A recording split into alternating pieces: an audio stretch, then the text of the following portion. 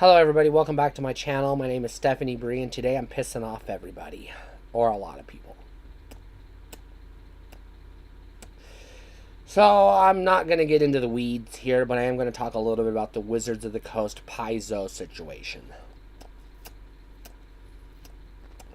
So a little backstory and then I'll get into my opinions on this whole situation.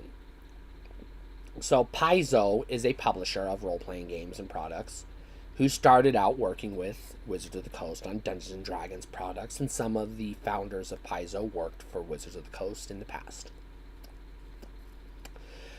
Wizards of the Coast made a name for themselves when they took over TSR Inc. in 1997 and launched Dungeons & Dragons 3rd edition in the year 2000, and then revamped it in 2003 with 3.5 edition. 3.5 edition was so impactful that when Wizards replaced it with 4th edition, which sucks and people hate, rightfully so, Paizo stepped in, utilizing the OGL license. They launched their own 3.5 edition, some call 3.75 edition, called Pathfinder, which took on a life of its own, side-by-side Dungeons & Dragons. Earlier this year, Wizards of the Coast and Hasbro, their parent company, got into some trouble when they pissed off fans when they were talking about revamping the OGL, the Open Gaming License, to basically fuck everybody who made OGL content, including Paizo and other third-party developers. As a response to this, Paizo launched Pathfinder 2.0, and then as a response to the fan backlash, Wizards did something no company has ever done. They gave up their IP. They put it out there public domain. They just said, here, it's yours. Now, it's not technically public domain per se, but they put it under the Open Gaming License. The Open Gaming License, they put it under the GNU. Or not GNU. The, what's it called?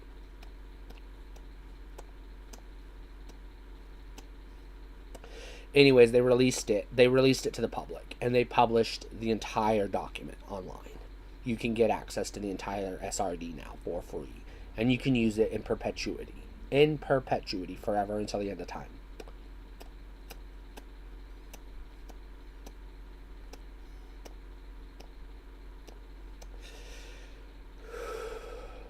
This is huge. This is tremendously huge. As a response to this, Paizo decided they can't just leech off of Wizards forever, so they started working on their own gaming system separate from that, doesn't utilize the OGL at all. It'll be its unique system. Now here's where I want to talk about. Paizo has made their fortune off of D&D content. Freely licensed D&D content that they were able to use because of the OGL. They owe Wizards a debt of gratitude. They should not be flipping Wizards the middle finger. They should be hugging Wizards and thanking them for their success, because they would not be successful if Wizards hadn't created the OGL in the first place. Without the OGL, there would not have been a Pathfinder, and it would not have been a success if they had created their own system back in the day, because it would have been too different and people would have been like, what the fuck is this? So that's where I stand. I am pro Wizards of the Coast and pro Dungeons & Dragons. Not necessarily pro Hasbro, but I'm a Transformers fan, so, you know, Hasbro does have my attention and they get my money either way. That being said, we are on the cusp of a major change in the way Wizards of the Coast does business with 6th edition, or what they're calling D&D Beyond, or whatever, D&D Now. That's another video for another day. That hasn't even officially formally launched yet, so I can't really talk about it right now. Anything anyone says about it is pure speculation, and I'm not going to speculate. I'm going to take a wait-and-see approach.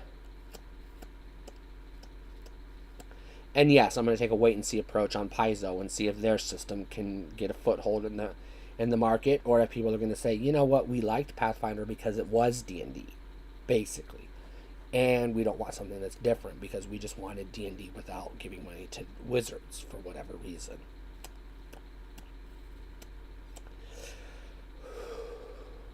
Here's where I stand. I already have all the editions of D&D I need or could ever want. I have basic, I have first edition, second edition, third edition, 3.5 edition, fourth edition, fifth edition. I have it all. I even have Pathfinder. I don't need another edition of Dungeons & Dragons. I'm good. I may, in the future, dabble in some of those third-party RPGs if I choose to, including other Pathfinder-like editions. But for the most part, I'm happy with what I have. I will be taking a wait-and-see approach with the D&D Beyond or 6th edition or 5.5 edition or whatever they end up calling it, or whatever the fans end up calling it. Because 5th edition isn't really called 5th edition. It's just Dungeons & Dragons to Wizards of the Coast. It's the Forever Edition. And for me, it is my Forever Edition. I have no reason to go on beyond it. So if you are a Paizo fan, let me just point out to you that Paizo wouldn't exist without Wizards of the Coast and their very generous open gaming license. And Dungeons & Dragons wouldn't be as popular as it is if Wizards hadn't breathed new life into it. If they had just let TSR go out of business, it would have been forgotten. It would have just been lost to time, and we would have had whatever came in its place.